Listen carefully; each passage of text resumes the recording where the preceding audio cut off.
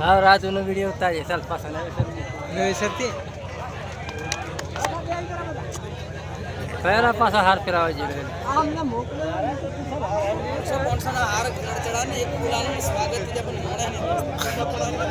કોઈ પાસે બોલા દીધો બોલો ભારત માતા કી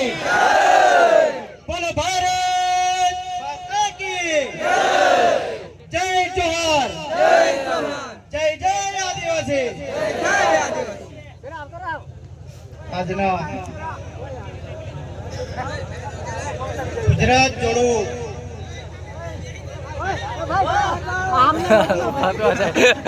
આજના ગુજરાત જોડો કાર્યક્રમમાં આપણે કુંયાવાડ ખાતે ઉપસ્થિત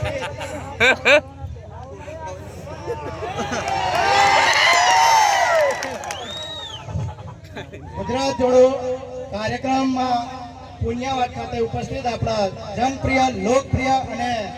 આદિવાસી સમાજના મસીહા તેમજ આપણા આદિવાસીની પડખે હર હંમેશ ઉભા રહેનાર આપણા માન્ય દેડિયાપાડિયાના ધારાસભ્ય શ્રી ચૈતરભાઈ વસાવા સાહેબજી તેમજ આપણી સાથે ગુજરાતના વિદ્યાર્થી યુવા તરીકે ખૂબ જાણીતા અને ચર્ચિત એવા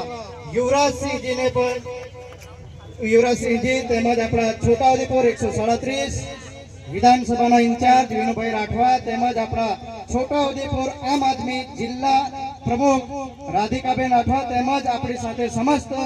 તમામ વિધાનસભાઓના ઇન્ચાર્જ તેમજ આપણા તાલુકા પંચાયતના ઇન્ચાર્જ શ્રી તેમજ આપણી સાથે વિવિધ પ્રકારની જવાબદારી મહિલા મોરચા હોય તેમજ તાલુકાના સંગઠનો હોય તેમજ બીજા પણ પ્રકારના જે જવાબદારી આપણી વચ્ચે સંભાળી રહ્યા છે ને એ આપણી સાથે મંચસ્થ સ્ટેજ પર બિરાજમાન છે સૌ મિત્રો કાર્યકર્તાઓ તેમજ મીડિયા મિત્રો મીડિયાના તમામ મિત્રો આજની આ ગુજરાત જોડો જાહેર જે સભા છે હવે બીજું તો આપણે શું કહીએ આપણે અત્યાર સુધી તો બીજે ભારત માતાની જય કરતા હતા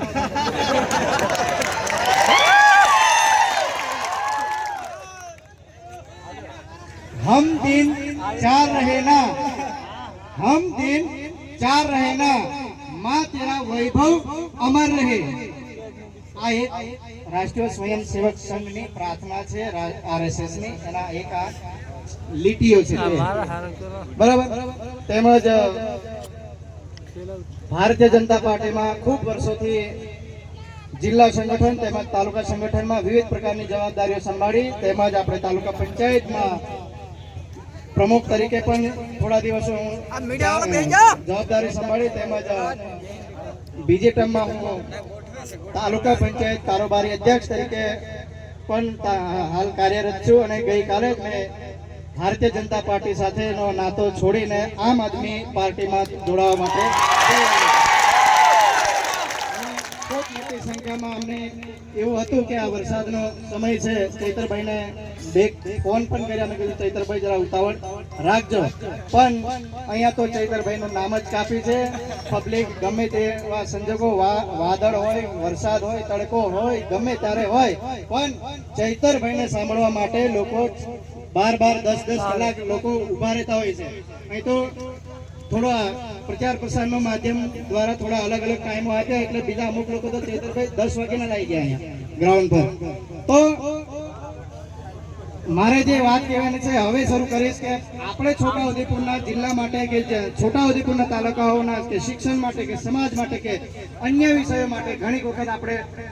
ઊભા થતા હોય છે ઘણી વખત ચૂંટાયેલી પાંખોને પણ આપણે રજૂઆતો કરતા હોય છે પણ ક્યારે આપણું સાંભળવા માટે તૈયાર નથી પણ આદિવાસી સમાજને આ લોકોએ એક મજાક બનાવીને રાખી દીધો છે કારણ કે જય જોહાર બોલો ત્યારે પણ આપણા કાનના પડદા ફાટી જાય છે આ લોકો માટે ભારતીય જનતા પાર્ટીના ચેલા ચપાટાઓ જે લોકો છે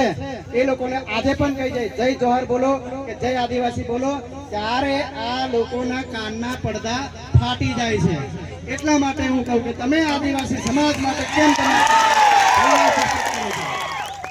આદિવાસી સમાજ વાળો નથી તમને અમુક જગ્યાઓ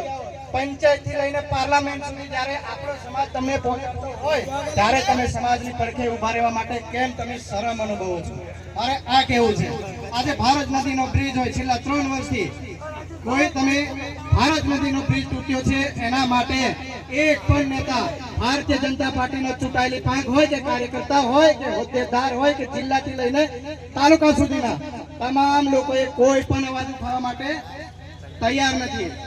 અને આ લોકો માત્ર ને માત્ર હિન્દુ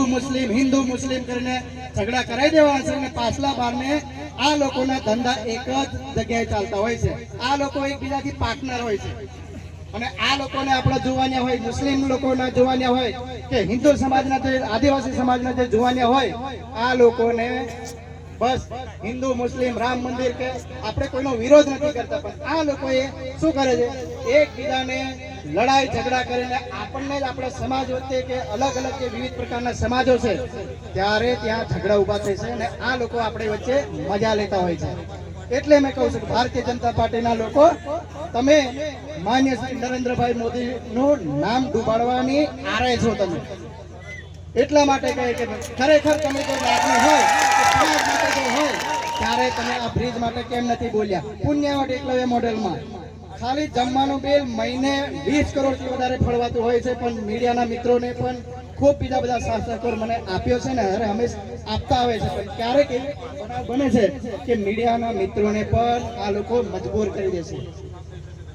અને હર હંમેશા મારી સાથે મીડિયા જગત મારી જોડે રહ્યું જ છે. અને આ લોકોએ જ્યારે સમાજના પ્રશ્નો હોય કે સામાજિક મહાપંચાયત ભરતા હોય કે કોઈ સામાજિક કાર્યકર્તા તરીકે જય જોહાર કે જય આદિવાસી કે આવા નારા બોલતા હોય ત્યારે પણ આ લોકોને મેં ફરી વખત કહીશ કે કાનના પડદા તમને કેમ ફાટી જાય છે? કેમ તમને આદિવાસી સમાજ વાળો નથી? પંચાયતી પાર્લામેન્ટ સુધી પહોંચાડનાર આપણો જ સમાજ છે. આપણી જે અહીંયાની વ્યવસ્થા જે ઊભી કરેલી છે એ જ લોકોએ તમને પંચાયતી પાર્લામેન્ટ સુધી પહોંચાડતા હોય છે. જ્યારે આપણા લોકોએ જ્યારે વોટ લેવા આવીએ, આ લોકો જ્યારે વોટ લેવા જાય ત્યારે કોઈ એટલો ખરો કે ગામના કોઈ વડીલ કે લેખિતમાં અરજી આપો તો તમે અમને મારા